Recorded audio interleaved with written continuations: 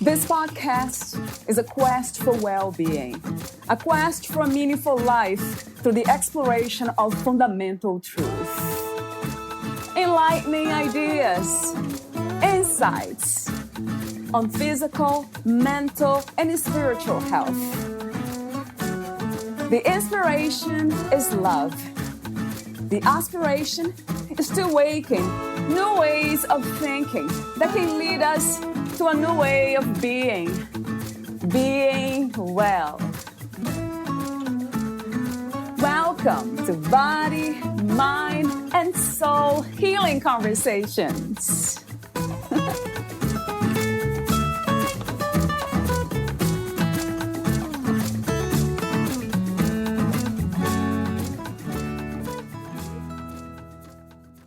Imagine feeling in control of your life again and confident in yourself to leave your house and not worry about what others think about you. Imagine feeling able to manage your emotions enough to get through a whole day and not feel controlled by them. Imagine having your life back. It's possible. One of the hardest things about finding a therapist is the concern about feeling judged for needing help. Julia's role is only in empowering you to remember what you are capable of, and she does it so from a very supportive and non-judgmental approach. Julia's approach is meant to create a safe space in which you feel comfortable processing the feelings that have been preventing you from achieving your goals for yourself. She helps you achieve these short-term goals that bring you here, while planting seeds of empowerment so that one day you will feel self-confident and capable on your own once again. Valeria interviews Julia Overland, described frequently as the safest and easiest person to talk to about uncomfortable things. Julia describes herself as just one human doing my best to help other humans through their own life journey. Julia is a nationally certified NCC licensed professional clinical counselor, LPCC, who has worked with individuals managing issues from extreme shyness to psychosis and many things in between. Her goals with her work are fundamentally to put her clients at ease and learn self-acceptance, believing that once one can accept their circumstance, it is only then that progress can be made. Until then, all energy is being expended fruitlessly, wishing things were different, and feeling defeated for not being able to improve their situation. Julia has worked in many capacities, largely with the same populace of people, those suffering from severe mental illness.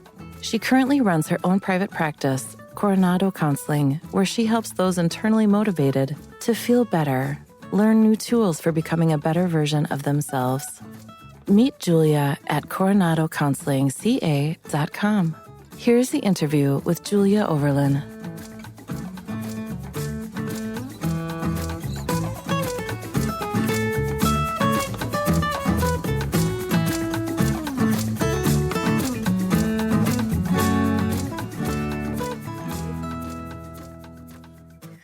In your own words, who is Julia Overland? Julia is one human trying to help another human. Any human that comes into my office, I'm just trying to help them be as comfortable as they can in their skin. Having been very shy from an early age, my niche is helping those who are extremely anxious. So I can usually recognize it before they can, that they're just, there's terror in their being. And so I just try to create a safe space, and I'm one human trying to get through life and helping other humans do the same. And my hope is that after they work with me, they feel more comfortable in their skin. And I've been able to impart a little bit of insight into how it's been in my experience being a human, both as a clinician and as someone a little bit older than most of my clients, and sharing a little bit of life experience along the way, and imparting that it's okay to not be okay and you can survive in spite of it. Oh, I love that too. What is not to love about you? And I love the way you talk about yourself. And I have been to your website and listened to you. You have a video recording and then some information. It's just so beautiful to see other human beings helping themselves and others at the same time, just walking this life together. And with that in mind, I had another question here, but I'll ask you this one. What is to be a human being, Julia? Yeah, from any perspective, actually. I think that's a good question. I haven't been asked that question before. To be a human being, it's to be as authentic as possible. It's to be accepting. What I try to impart to my clients is as soon as we accept ourselves, we are being as present as possible. And I just got goosebumps, so that must be the most true definition. That's a thing. So being as present as possible is the best human experience we can be. And as soon as we accept where we are in life, we can then move forward. And until we're able to accept where we are, a lot of us get stuck because we're not able to accept our place in life, whether it's emotional, physical, whatever the state is. Until we can accept where we are, it's hard to move past that moment because we're just in denial of needing help.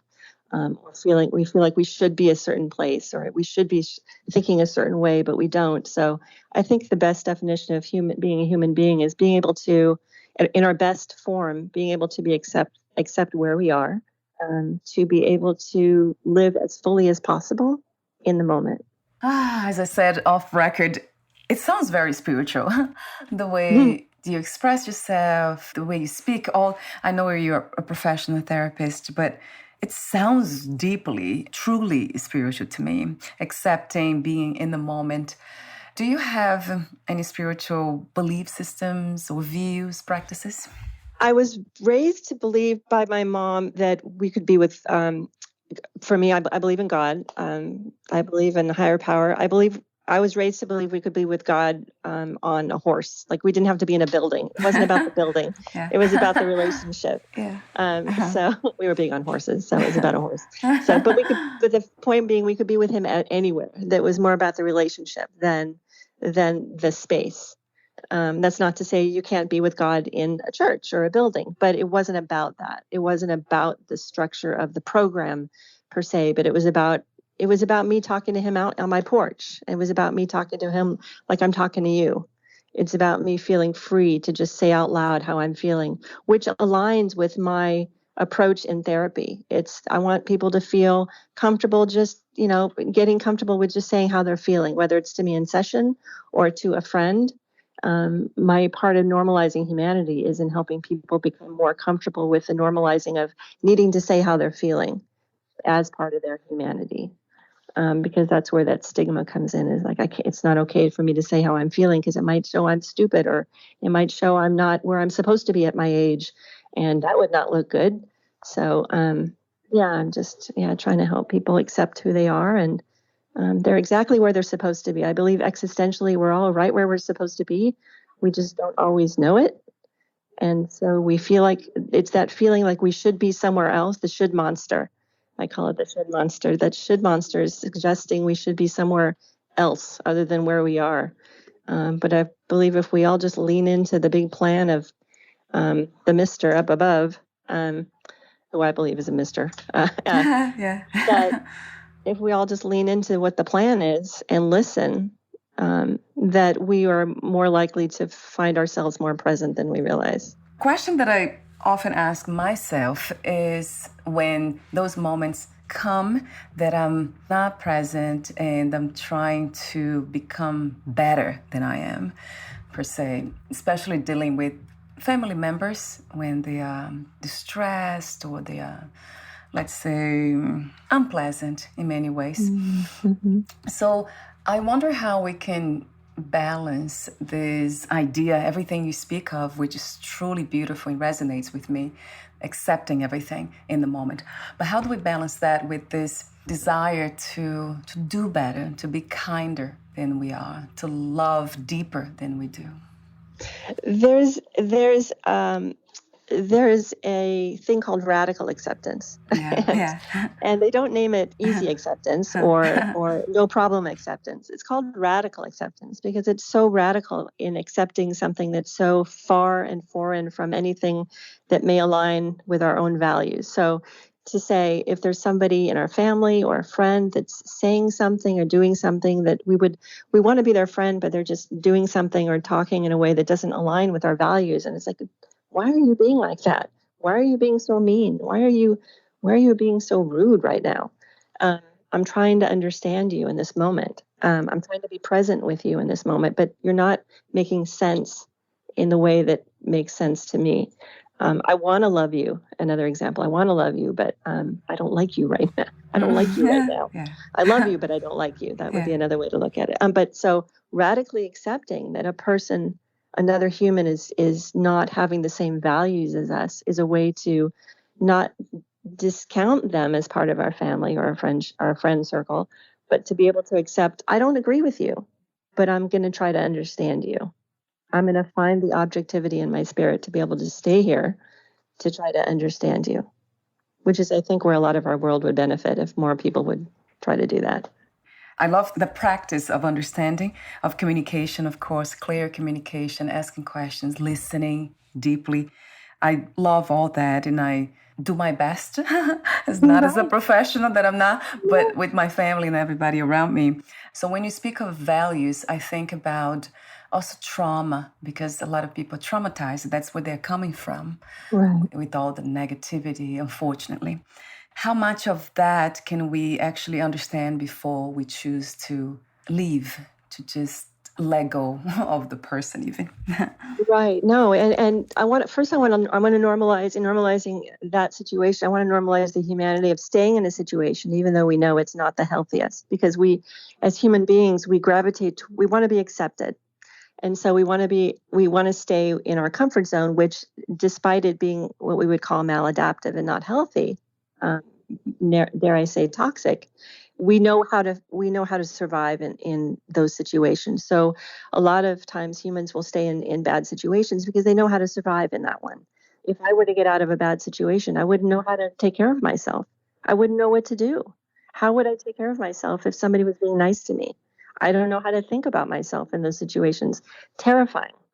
So a lot of times people will stay in bad situations for simply not knowing one, how to get out of them, which is valid, and also not knowing how they will take care of themselves. So I always normalize forgive yourself for not having gotten out sooner. One, and then there's usually always resources available. It's just a matter of knowing who to reach out to. So also recognizing the signs. That's not always easy to do because people are very quick to say, oh, everything's fine. I'm fine. We're good. So it's being able to see through those veils of fine to those closest to you and be able to just, look in their eyes and see, does it look like they've been crying even though they say they're fine? Or, just trying to see through the window of what they're really saying. To be able to see. Another thing I talk a lot about is core beliefs, essentially tied to core values. What we believe about ourselves ties to what we think and what we do. It's an equation. So what I do a lot of is I describe it as reverse engineering the behavior. So if you're doing something that you want to stop doing, we go back to what we believe about ourselves. Subsequent to anything that happens in life, we start to believe things about ourselves. And abuse is a great example. Is if someone was abused as a child, they'll grow up very often believing they don't deserve to be loved truly. Obviously, that's not true, but that belief will lead them into all kinds of situations illogically, that they don't deserve love, they don't deserve friends, they don't deserve food. I'll just stay under my covers and I don't deserve a good life. And so if we can get to the heart of what those core beliefs are, we can learn how to challenge them with facts, things we can rely on, pillars of facts, things we can, the truths of our life, usually our strengths, things we can rely on. We can learn to rely on them. They still may be foreign, but we can teach people to rely on the truths of what they know to be true about themselves. And those values are related to that. And so in helping them challenge those core beliefs, we help them reverse the behavior that they're trying to change in themselves, which also improves their functioning. So it helps us lift the depression, it helps us lift anxiety, it helps them give themselves more courage and self-confidence to get out of a bad relationship because they learn how to communicate, they learn they don't deserve, they realize I don't deserve to be here, and they find the confidence to say what they need to say to get out. to reach out for that help. I paused for a moment here, thinking about myself and my behavior in the past, and I see some residue of that still here, which is interesting. It's the belief system about myself. Yeah, being abused as a child and not believing that I deserved, or not knowing what love was and love. Now I have a much better idea, but Right. that's fascinating, Julia, to hear even. One of the things that I did, and I see a lot of people do that too, some people around me, is that we hold on to another belief system, which is about God or a spiritual higher force, destiny. So it's almost like I'm going through this for a reason. And then we stay because we believe that this is how it's supposed to play out, this movie of our lives. Mm-hmm. So is that something that you find too, another challenge with your clients? Yeah, absolutely. That core belief. I do. It's funny you use the word movie because I describe the core beliefs much like a soundtrack of our lives. Yeah. We're trying to Yeah. live our life in order to validate our core beliefs. I told you I don't deserve love. I told you, and the choices we make, we kind of lead our lives, and the choices we make to validate and prove our point. We're building our case, not for the positive, but for the negative. We don't realize that until hindsight, but essentially we're trying to build a case to prove why our core beliefs are true. We're desperate to show why we've been making the right decisions. But however, in doing so, we're leading ourselves down that same negative path and confusingly not understanding why until we're able to get that objectivity and figure out something different. Isn't it amazing? So the outer world is reflecting the inner world. That's Right. basically what it is. And we are trying to find anything outside that will match with those belief systems. If you think the filter with which we hear people is veiled also from those core beliefs. So we hear things and we're impacted with, you might hear the word being triggered. Being triggered is essentially you're hearing things based on your experience of how other people have spoken to you. So it's learning how to hear differently. It's learning how to see differently. As we challenge those core beliefs, it's all those sensory aspects of living and being are impacted because your whole worldview is impacted, which sounds terrifying, but it's a process. It doesn't all just boom, you're a different person. It happens gradually so that it's a comfortable, it's organic.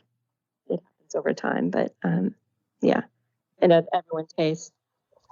So it's almost like life is very compassionate in a way. Yes. It doesn't give us everything at once. No. It's one light at a time. But it's there to, if we ask, it's there to give us what we ask of it. Let me put it that way. That sounds very good to me as well. And with that in mind, I think about intuition, because in my case, I could not trust myself for a long time, the decisions I made, because they were informed by trauma and that place that I couldn't rely on. So how do we learn to listen to that voice of intuition, or how do we change, in a sense? It's almost like for me now, it's not believing in anything, but not holding on to any belief systems with a lot of conviction or not being fixed. That's how I try to navigate reality these days. Is this possible, Julia, to be here in this human experience without holding on to belief systems? I think if you can, if I'm understanding the question, I help people try to challenge in those kind of moments what you're getting out of your experience. So if you're getting like goals wise, if you're getting out of your experience what you want overall, and breaking down what your goals are, then that would be a way to answer that question. I don't know if I'm answering it. We have to have belief systems in order to navigate this reality. We can't really run from that.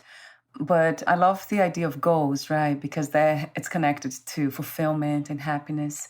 So that makes a lot of sense. Yeah, right. I love that. Another open question. I have too many now, and gosh, I will talk to you forever about these things. I love it. It's okay. Let me ask you another open question about mental health.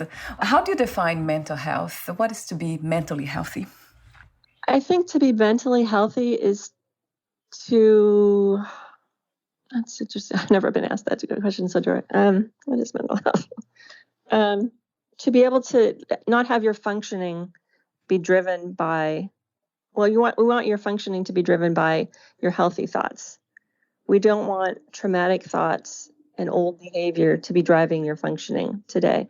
If your goals are being negatively impacted by the way you're thinking and you're thinking negatively about yourself, then mental health is at its best is, if you think about it, akin to physical health. Physical health, we're able to go out and do our goals. We're able to feel good about ourselves. Mental health, very similarly, is you feel good about yourself. It's a positive way of seeing your self-efficacy would be a good way to describe a short answer to mental health. I believe in my potential. A high self-efficacy would be a good indicator of good mental health, because you see your potential. You know you're taking care of yourself. You know your thoughts are healthy. You know their thoughts are coming from a good place. Even if negative thoughts come through, because I half joke that if you're not having intrusive thoughts, it means you're dead. Because I mean, thoughts are going to come flying through. It's not whether they come flying through, but what we do with them that is going to matter the most. It's thoughts are always going to fly through, but it's what we do with them, whether we swipe right or swipe left. Are they helpful or not helpful?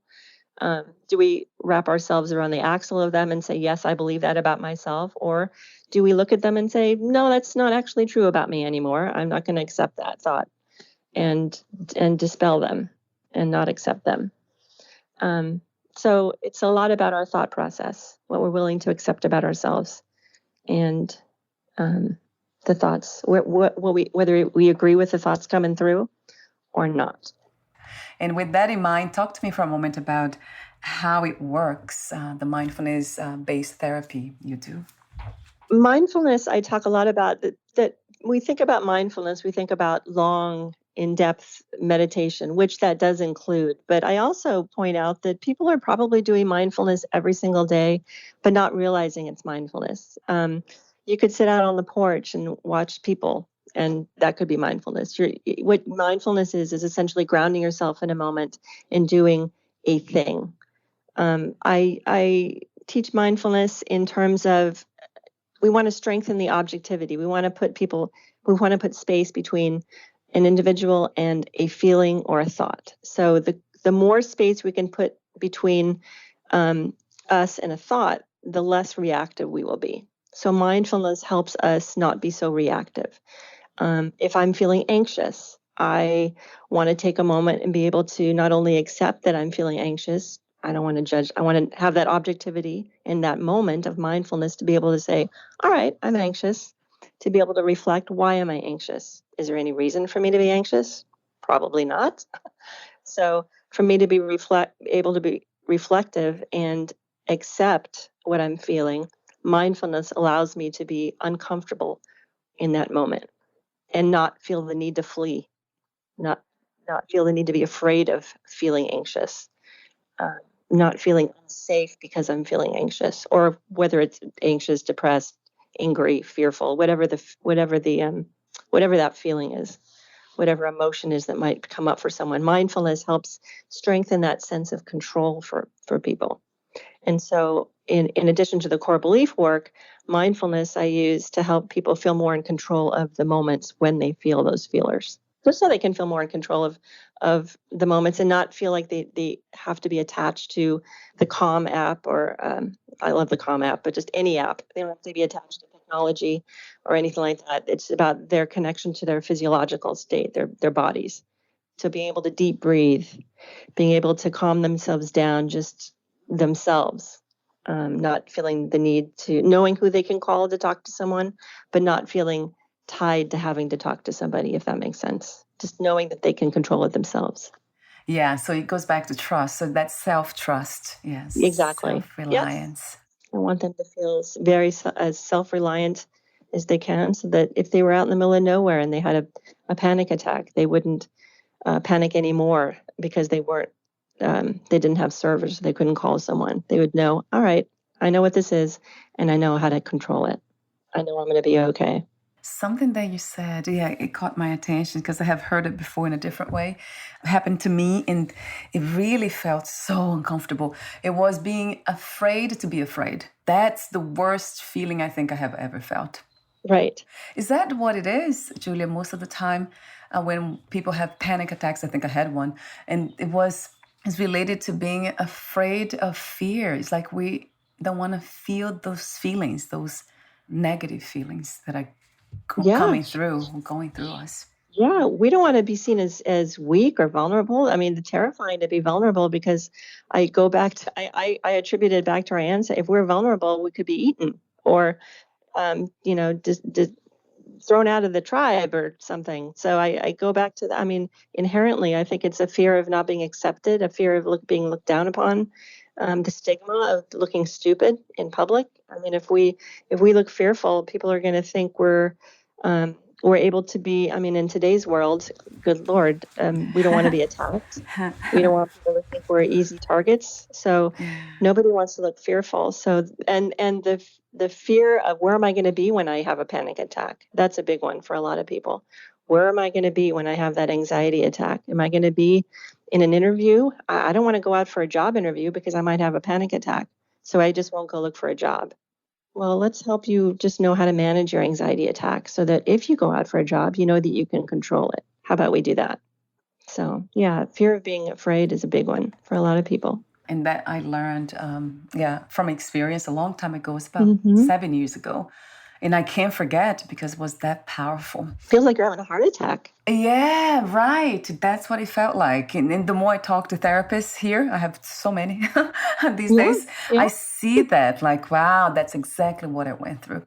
Is this what you call the emotional quicksand, Julia? Yes. Oh, yeah. I sort of just created that. The emotional quicksand I talk about because it's the more we think about it, overthinking. When we think whether it's doing what we've done all these years, thinking it's going to work again, and it doesn't work, but it's how we've always done things, whether it's a behavior or an action or, well, that is a behavior, but whether it's a way of thinking, a way of feeling. I'm going to overthink it because if I overthink it, if you think it a little bit, it's good. But if you overthink it, that's really going to fix the problem. No, not usually. So, Right. so that's also where I bring in mindfulness is looking at it, using that as a metaphor of the quicksand. Of if anybody knows about quicksand, the idea is you lay yourself out flat. Well, the flatness is used as akin to being still. The stillness of mindfulness is I use as a metaphor of like the quicksand. You don't want to go deeper down that rabbit hole of emotion. You don't want to start spiraling. So in order to not spiral and get deeper and deeper in thought, be still with yourself. Consider what it is you're feeling. Consider why you're perseverating on that particular thought, or why you should do a certain thing, or why you feel like you should be a different place in life. And just be still with yourself. Where's that thought coming from? Try to figure out the etiology of that thought. And the more still you are, the less likely you are to go down that rabbit hole or the quicksand. The less likely you are to get any deeper. And stillness is not the opposite of movement, right, Julia? Because we can be in the midst. Yep, you can be still and be moving. You can go for a walk around the block and be still in your spirit. Exactly. That's a good point. Yeah, you don't have to be, like frozen. Yeah, you could right. definitely be still. You can be doing a mindfulness walk and be still in your spirit while you're walking. Yes. Do you speak with this language to your clients? Do you use the word spirit? Oh, you do. How wonderful. Yeah, sometimes. Yeah. I'm not a spiritual counselor. I will say that too. But I will clarify that I'm not a spiritual counselor, but that when you're doing mindfulness walks, you can, that's how you can ground, if you are spiritual, I'll generalize that if that is something that is important to you, if your faith is important to you, I'll normalize it, that's a great way for a lot of people to find themselves in a moment even deeper, to, feel more spiritual in a moment. Might be a time to pray if you pray. So I'll normalize those activities as things that might help people be more mindful in a moment. I'm not saying they have to, but that's how I integrate any spirituality, not being a spiritual counselor, but acknowledging that for a lot of people, that's how some people get to be mindful. It's language, really. We are actually speaking about the same thing, but some words resonate more than others, right, for some people. Mm-hmm. What was the inspiration and intention to become a therapist initially? That's funny. I never know whether to mention this, but I'll just mention it because I just said that. So I used to be, oh Lord, I used to be an actor. And my goal in being an actor, I was really shy. I think I mentioned that before. I was very, very shy as a youth. And I got out of my shell by acting. And so I really enjoyed acting. I found acting to be an outlet for not only being more comfortable in my skin, but exploring humanity and, in a way, normalizing humanity through the characters I played. And so I did that for a number of years, until I got tired of the business. Jumping quick to the end. I got tired of the business, and so I decided to normalize humanity through clinical work. In my circle of friends, I always found myself to be that one that people felt comfortable opening up to, and I was never averse to sitting there and listening. I'm always interested to hear how people are doing, and when I ask how you're doing, I'm still standing there even after they say fine and they've walked away. I'm waiting for the whole story, and I'm like, all right, I guess that's it. And so I'll turn and walk away, but they don't want to tell me, but I'm ready to listen. So I've always been that friend. And so when I considered, as I was doing other odd jobs as I was pursuing an acting career in Los Angeles, and one day I just decided I didn't want. I think I was transcribing or something, and I just didn't want to do that forever. And I thought, what else could I do? And I realized I always had a dream to go back and get a bachelor's in psychology, and I did. And in that process, my professors and colleagues said, you're pretty good at this. You might want to think about doing this for, you ever think about getting licensed? I'm like, oh, no, I'm just getting a bachelor's. But then I thought about it more and I realized this is kind of what I do anyway. I kind of like to do this. So yeah, so I pursued it as a master's, and here I am. And I've loved it. They say, do what you love and you won't work a day in your life. It's a fact. It's a fact. It is a fact. For me, has been the same thing. Although I do believe that change, right, Julia? This idea of purpose. Yes. We don't have one; we have many. It seems to me. be. Oh yeah, I can see that. Absolutely. Yeah. And I have a question for you. Yeah, when it comes to normalizing humanity, I love the way you say that. Normalize humanity. Mm-hmm. Is there anything that you see as not normal when it comes to humans and humanity, or living as human beings on this planet? Something that's, it's a normal part, but I think it's just too easy for people to go with the herd. I don't know how else to describe it. To just not have their own thought. I mean, it's kind of a sad state of humanity, I guess. It's a better, how I would answer that question is, it's normal, but it's so easy to shift, but so few do. It's just going with the herd of thought. Groupthink is I think the term they use. It's like, and back to acceptance. Some people want to be accepted, so they'll go along with the way a group of people are thinking, and they may or may not fully comprehend why they're going with the group, but they want to be accepted, and so they'll figure it out later. In some cases, not all cases, but so I don't know that it's not normal, but it's unfortunately a large part of our society, I think, today. Yeah. Just my opinion. Yes, we have lost the way to our own selves. It seems to me that we don't know who we are in the sense of uniqueness. Because you see that with nature, it's so unique. Nothing in nature is perfect. Right. Nothing in nature is perfect. Yeah. It's unique, but not perfect. And it's beautiful because of that. Right. We as humans, we try to fit in. And that's because of biology, right, Julia? Trying to be accepted, survival. Yeah. Right. Which in a way you said it is normal for that reason because it is biology, but it's not normal at the same time when we think about evolution, right? Right. So we're almost at the end. I do have more questions for you about your services. Do you offer online sessions as well, in person and online? Yeah. I do. I offer, during the COVID, I offered in person, but everyone was just kind of averse to it. But yeah, I've continued to offer it both in person and online. I cater to a lot of people, and I have a home office and where I do telehealth, and I have an office where I also do telehealth. So, but a lot of flexibility. So I know life happens in between sessions, so I always tell my clients, if you have a plan to see me in person and you can't, just let me know. We can switch it to telehealth or vice versa. If you have a plan to see me in telehealth and you need to get out of the house, let me know. We can see in person. So my goal is for people to feel empowered in their schedule, which is a subtle reminder that they're empowered in their life. I love the way you navigate this reality. I have to say it that way. Thank you. In so many ways, as a professional, as a human being, as a woman, it's beautiful. As a spirit, as a soul. I appreciate Thank that. you so much, Julia, for being you. Thank you, Valerie. I really appreciate the time to speak with you today and for reaching out. Thank you. And I do have those ending questions I would like to mention before that, that again, one of the quotes that you say, it became a quote to me that you have written and said here today. It is truly okay to not be okay. That's a powerful statement, empowering statement. And then you also say, no problem is too great to overcome. That's true. That's another one I love.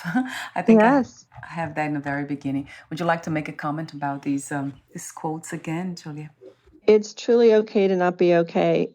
We're built as complex human beings. We're built to get ourselves out of situations. We weren't built to be perfect. We were built to be complex. We were the will to figure out how to get out of a situation was also ingrained in us. And so I don't think it's ever been expected that we will just sit in a situation and accept it. So to trust ourselves to be able to get out of a situation, any situation, is part of our inherent, I think it's a core belief. We just have to identify it in ourselves. So it's okay to not be okay. It's okay to reach out. The most courageous step is that first one, to say, okay, I've tried this. I need help to go the next step. And I'm just here for people until they don't need me anymore. The stigma of mental health is that once you're in therapy, you're in it forever. And that's just not the case anymore. It doesn't have to be. What do you feel is the purpose of the human experience? I think we're born with a plan, going back to that spirituality. And I think sometimes it takes some people longer than others to figure out what that is. I was 40 before I figured it out. I mean, I had it much longer than that, but it wasn't until I was 40 that I realized, oh, wait, I've been doing this longer. I've been doing this for a while, but I could actually do this. So yeah, I think it's just listening to your inner spirit, listening to your gut. And the human experience, we're meant to be better. We're meant to better each other. We're meant to help each other. I believe we're here to help each other, not to hurt each other.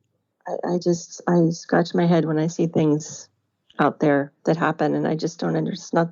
That's not the purpose. They're missing the point. We're not here to hurt each other. We're here to help. And in the littlest of ways. I mean, if you see somebody that looks like they could use a drink of water, give them a drink of water. I mean, it doesn't have to be anything big. It's a smile, literally. It doesn't have to be anything big at all. It's just acknowledgement, acceptance. A homeless person just looks at you sometimes and they just want to be seen. They want to be seen as human. So it's not always a big thing that people are seeking, but be there for them to give it. What a beautiful message. Yeah, so true. So true. That's one of the things that I don't find to be normal, that it is normal, but it's not normal at the same time, is this not being kind to one another. No. It never made sense to me since I was very little, and it still doesn't. And it's so easy. Yeah, it is, Julia. It's the same energy. It's the same energy to be kind and not kind. So. Yeah. It's just kind of almost like, what's the word? The transforming, right? Or yes. The alchemy of transforming energy, which everything is anyway, energy. Exactly. Yep. So what is another word for healing? What comes to mind? Stillness. Yeah, I love that. It makes a lot of sense. Mm-hmm. And then going back to that, we had a brief conversation about stillness not being something different from movement. So it could be both. We could be moving, but still at the same time. Yeah. Healing, you can heal by not running anymore. So stillness, by accepting where you are and stopping the running, just being still with yourself and accepting that, all right, where am I going to go from here? When you say running, I think about fighting, because so many of us still believe, right, that we need to fight. Right. That kind of fight. Right. Exactly. What are 3 experiences you wish everyone to have before they lose the body, before they die? Oh, good. Oh, wow. Oh, I just got goosebumps. You asked me that. Oh, my goodness. Wow. I just got emotional thinking. Well, I'm married to my best friend, so I would say love in that capacity. Yeah. Um, Acceptance, where you have a group of friends where you can be yourself unconditionally. And you may not talk to them all the time, but just knowing that those people that you have in your life, that when you talk to them, it's like you talked to them yesterday, having those kinds of friends. And you might count them on one hand. It doesn't matter how many there are of those people in your life. It's having those deep of friendships. I wish that for people. And that there are no regrets, that people are able to live their life doing what they love, and that they have that sense of purpose.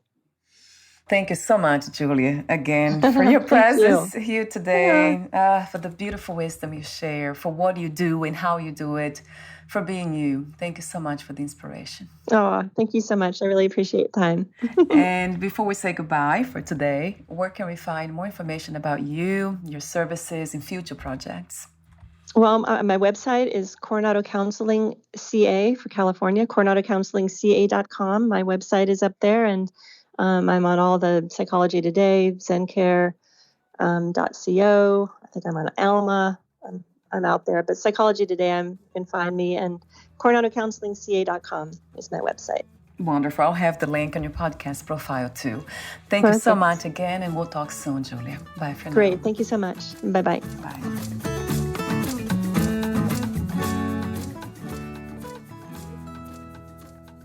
Thank you for listening. To learn more about Julia Overland and her work, please visit coronadocounselingca.com.